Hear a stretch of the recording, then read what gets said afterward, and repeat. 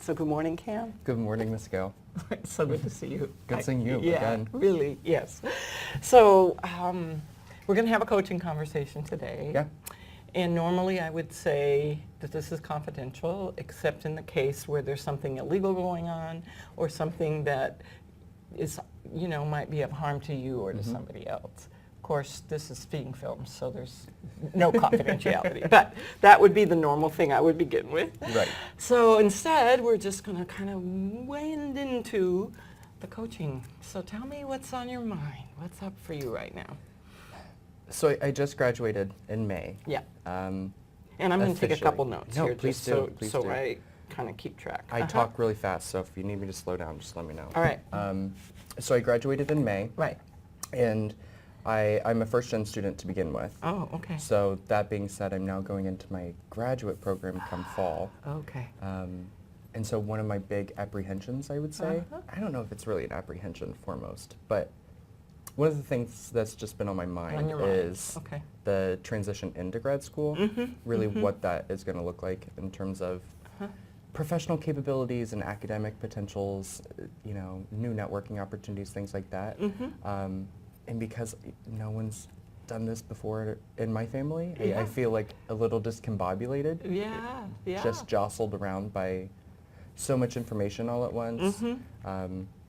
And there's so much to feel like I have to know going in that I'm just really grabbing at straws before I go in. Does that make sense? Yes.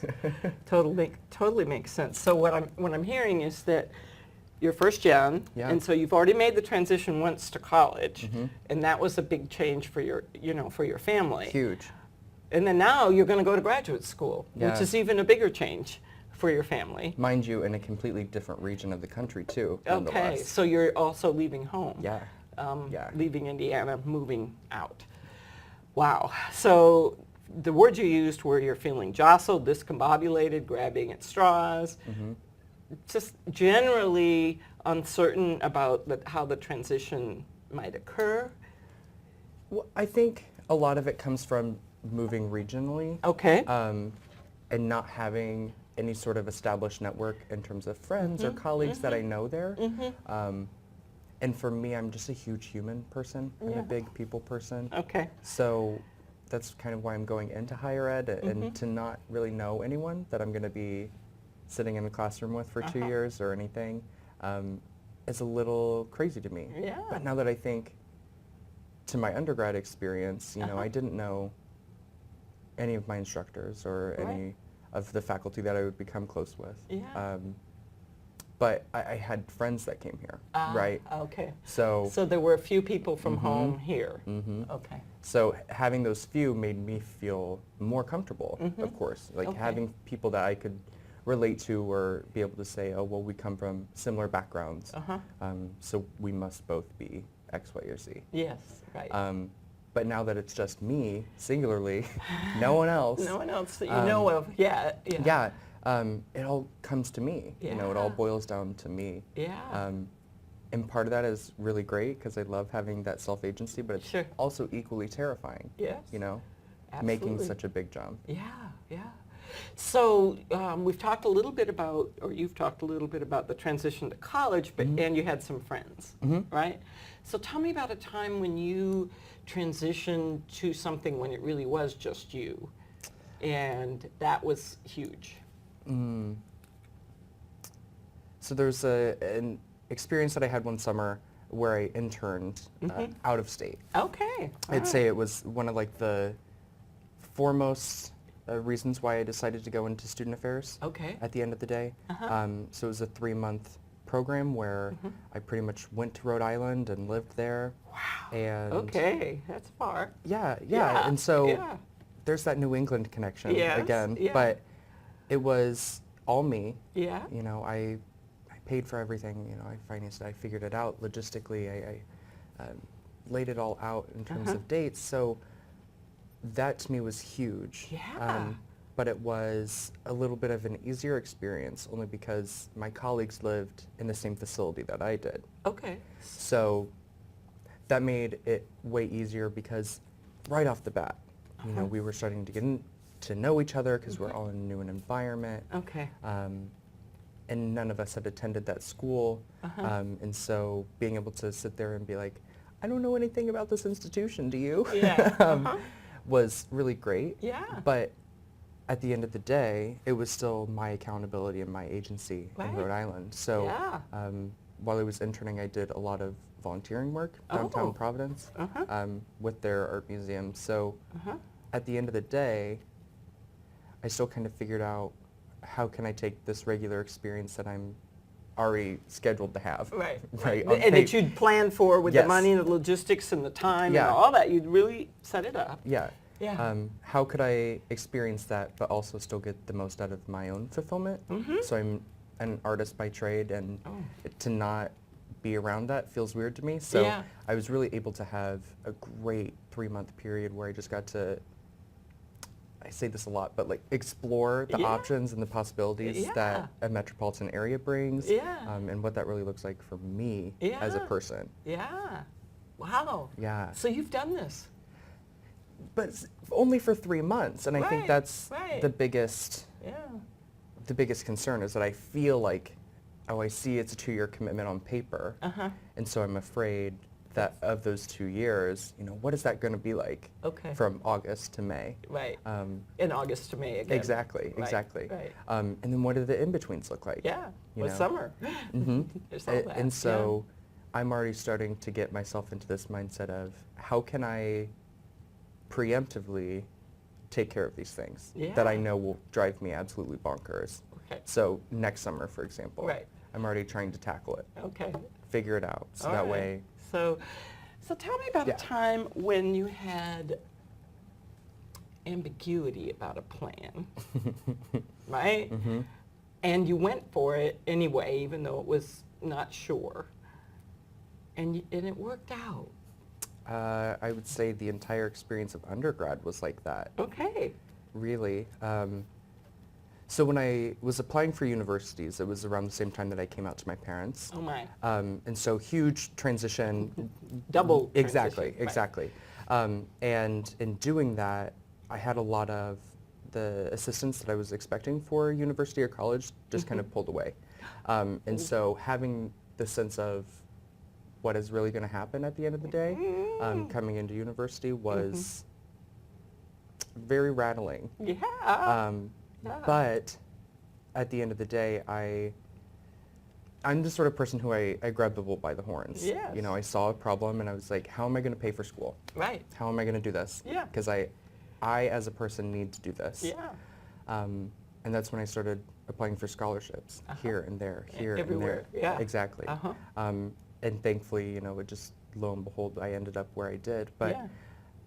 I don't like ambiguity, and I Uh-huh. don't like not having definitive paths or answers to grab hold of. Mhm. So I try and make them Okay. in that moment, Okay. or at least in the near future, so Okay. that way I don't have to sit there and kind of expect the unexpected. Mhm. So when you were exploring Mm.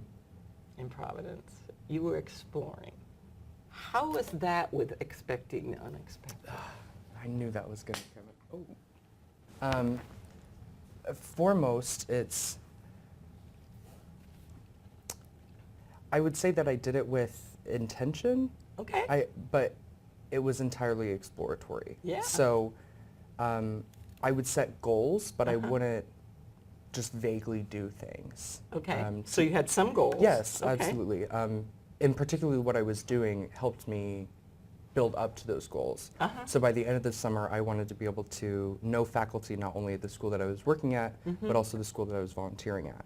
Oh, Be able to at least have a network there Okay. to some degree. Okay. And when I could see that at the end of the summer, I was like, okay, that exploration or that adventure, check. That was a good one. But most of the time, if I do something, it's because I'm already planning on how can I really engage myself in this experience, make the most out of it.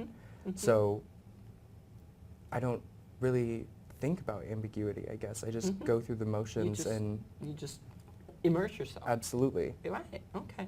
So there's this piece about I have a goal. hmm I'm not quite sure all the ways I'm going to get there.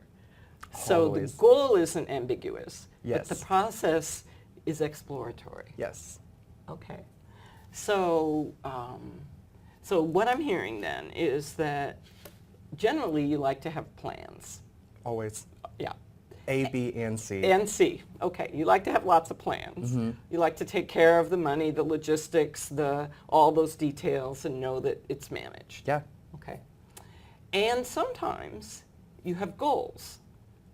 And the pathway, and you put yourself in an environment where you might be able to meet those goals. Mm-hmm. But the actual pathway to what is going to happen to meet the goal is still exploratory. Yeah. It's still in the, I'm going to immerse myself, see what comes up, and wend my way toward the goal. Mm-hmm. Okay, so what's the difference between those kind of goals that allow you to immerse and explore, okay, and the plans that are, I've got everything taped out? For me, a goal is something that I can't particularly spell out Okay. in a fine detail yet. Okay.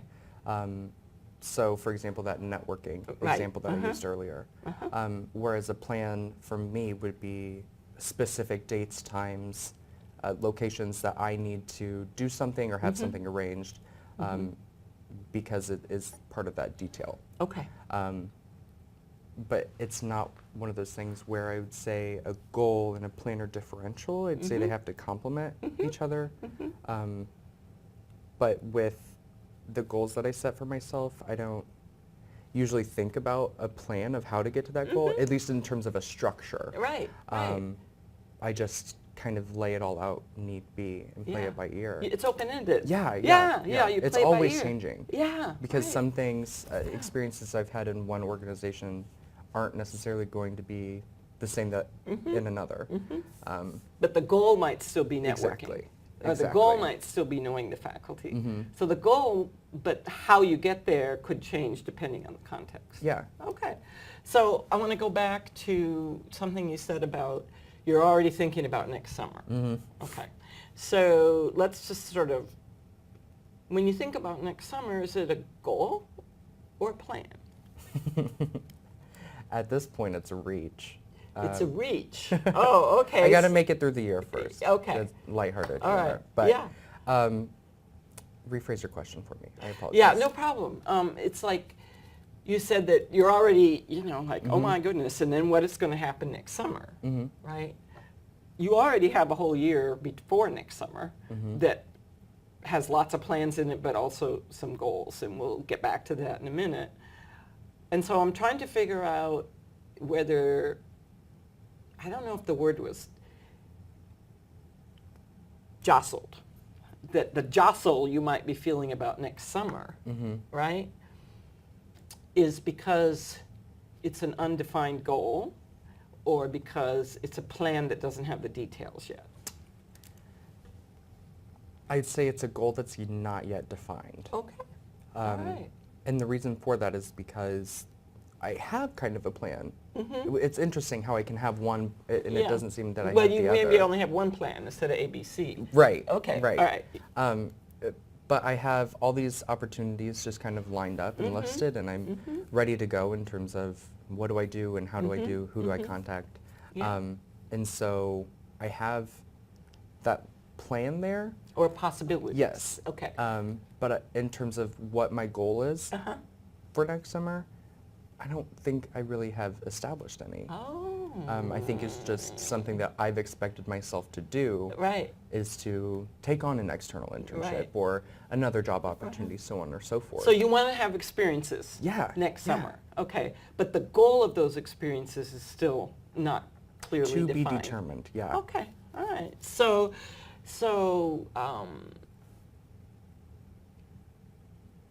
I think we've got a couple things going here. One of the things that we have is the transition to graduate school in Maine. Maine, right. I knew it was east, but I didn't know where. Okay.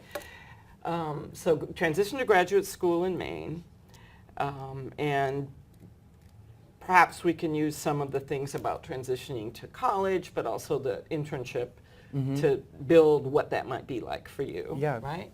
And then we have the thing about looking even farther forward to what kind of goal might you set for the summer, and when might you know when that goal might be, right? So we've got those two things. So what would be more important for you to think about right now? Realistically, what comes first, which Okay. is come August and September, Yeah, that transition. Okay, great. Um, All right. but tell that to my anxiety. Okay, That's- so let's that's talk the- to your anxiety Yeah. for a minute. All right. Yeah, so that's the fun bit. So I know when you transitioned to college, you had a few friends, Mm-hmm. but you also had this internal resourcefulness, this ability that you had already gotten a scholarship, you'd already figured, because your support had been pulled away. So it was as if you had to manage it, right? So what were those strengths inside you that allowed you to put all that together? Introspective question. Take your time.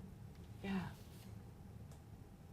It was a really tumultuous time in my household, and I've always come from a really loud and bombastic family. Yeah. Uh-huh. So for me, it was that self-determination that my parents ironically taught me about, which was Yeah. that I could do anything. Yeah. I just have to work for it. Okay. Um, Okay, so I can do anything. Yeah. I just have to work for it. yeah. Okay. And my parents always told me when I was younger, sometimes you have to put your neck on the line, Uh-huh. get some skin in the game before, Uh-huh. you can't expect anything to just land in your lap, is what my Oh. parents would always say. Okay.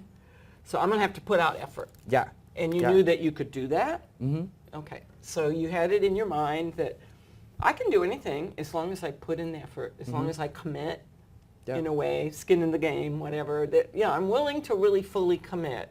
I can do anything. Absolutely. Okay, all right. So what else, what other really strong internal resource allowed you to make that transition to college? I'd say another is definitely my spiritual practice. Okay.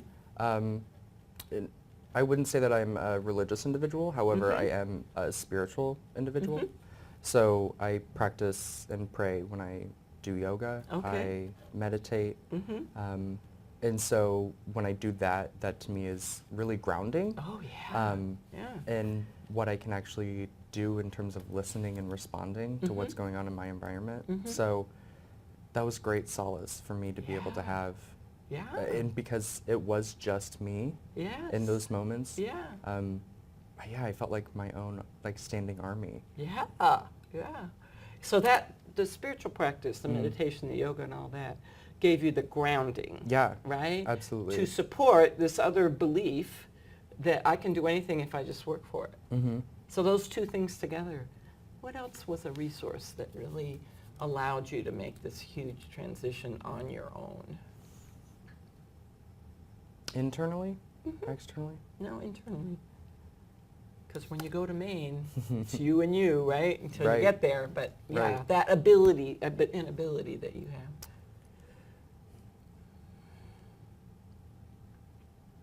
I'm really stubborn. Okay. Um, Mm-hmm.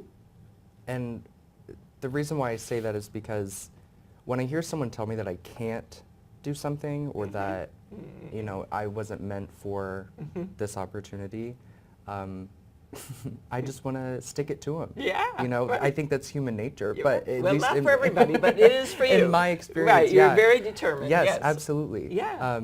And so to be able to forthright have an experience and then step outside of that and Yeah. say, I was right for this. Like this Yes. opportunity was right for me. Yes. Um, yes. That I made it right for me. Yes. Yes. Yeah. That not only tackles my inner saboteur, the person who I'm telling myself, this isn't right for you, Yeah. and what I'm experiencing externally. Mhm. So I think my stubbornness plays a really big part into it. Absolutely. Okay. All right. So stubbornness, Mm-hmm. right? I can do anything if I work for it, and have this grounding spiritual practice. So those are great resources. All right. So now let's think about the transition to Rhode Island, right?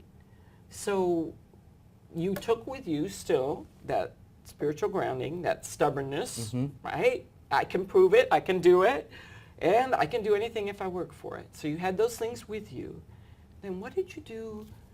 What did you do there that made that transition? You talked about you were living with other people and you reached out to them. So I heard that piece. It sounds like you did a lot of reaching out. You went to another school and volunteered. So tell me about that reaching out or any other behavior that you did that was sort of out in the world. A lot of it was putting myself outside of a comfort zone that I typically would not allow myself to be in. Oh, okay. And I say that because I'm a very introverted person at the end of the day. I love being around people, but I like my me time. Yeah. And so for me, a vast majority of the day to be outside and engaging with people and doing programs and things like that was something that I told myself going in that I needed to work on. Okay. Because I knew that I am a homebody. I'm fine with staying home for an entire evening and reading. That doesn't bother me. But in having that experience out east, I wanted to make the most of it. Yeah. And I didn't want to feel like there was any sort of opportunity lost along the way. Okay. So you had a goal. Yeah. You had a goal, Yeah. right? And And the goal was sort of immerse myself. to immerse yourself. Yeah. Okay. I mean, it was total be able to sit there and synthesize what is happening in my day-to-day. Yeah. And how is that playing a bigger part into a Okay. bigger picture. Wow. That was... Yeah. And so how did you take care of your introvert side in the middle of all that for those 3 months? Yeah, a lot of it was still that spiritual practice. Okay. So I brought my yoga mat with me Yeah. when I went. Okay. But honestly, I found some really great friends there. Yeah. Two People of- you never knew before. No, not at Okay. all. And two of whom I'm very close with to this day. Yeah. I'm seeing a few of them in a few weeks when I go out east. So Yeah.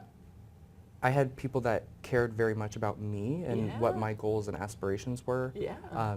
And me likewise. But you so didn't know about them before. No. So what did you do to find them? Well, thankfully I was blessed enough to be put on staff with them. Okay. So it didn't hurt that they were Right. near my facility. But we really worked on just like getting to know each other before we started to make experiences together. Okay.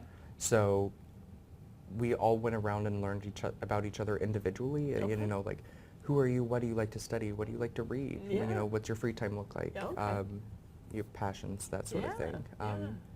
But then it was, how do all these commingle together, and how can we integrate someone's interest for equestrian riding and someone Yeah. else's interest for like aquaculture, you know? Yes, yes. So being able to understand where all these folks came from Yeah. definitely helped being able to like make those connections with them as a big group. So you came to understand, can we call it your cohort? Yeah. So you had this cohort of people you didn't know at all. Mm-hmm.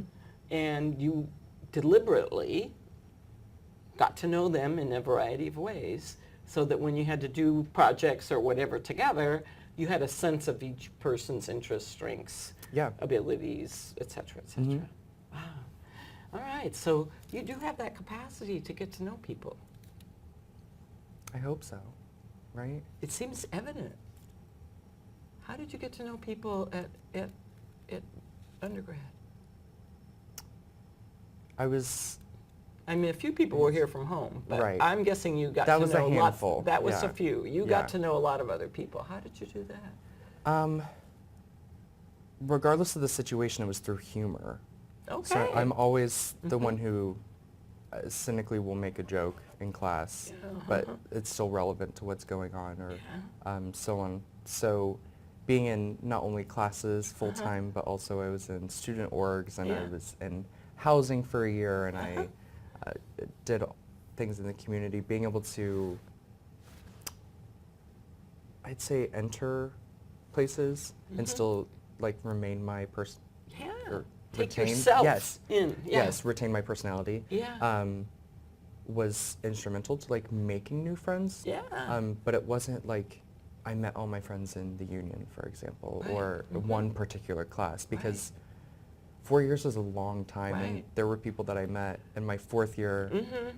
that I very much admire just the same as folks that I met in my 1st year. Right. Right. So, So it was over time. yeah, absolutely. Okay. And yet your ability to be curious, Mhm.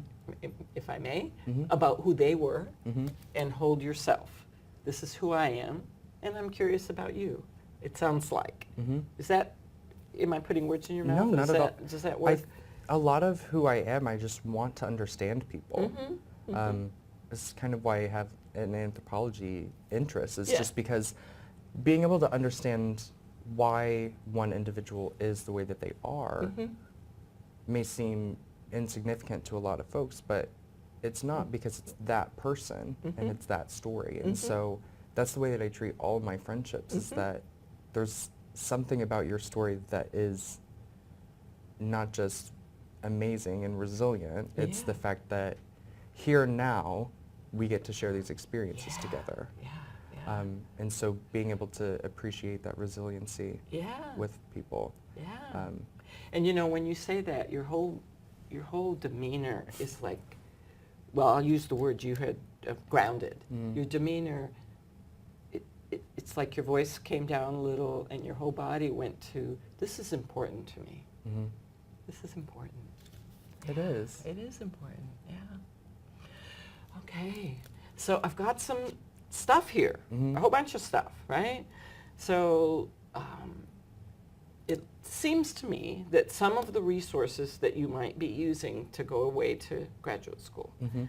have to do with your grounding in spiritual practice, your yoga mat, Mhm. right? Your stubbornness, Yeah. right? Absolutely. Okay. I can do anything if I just work for it and, you know, put my skin in the game Very and, gung-ho. and go for it, Mhm. right? And humor, Mhm.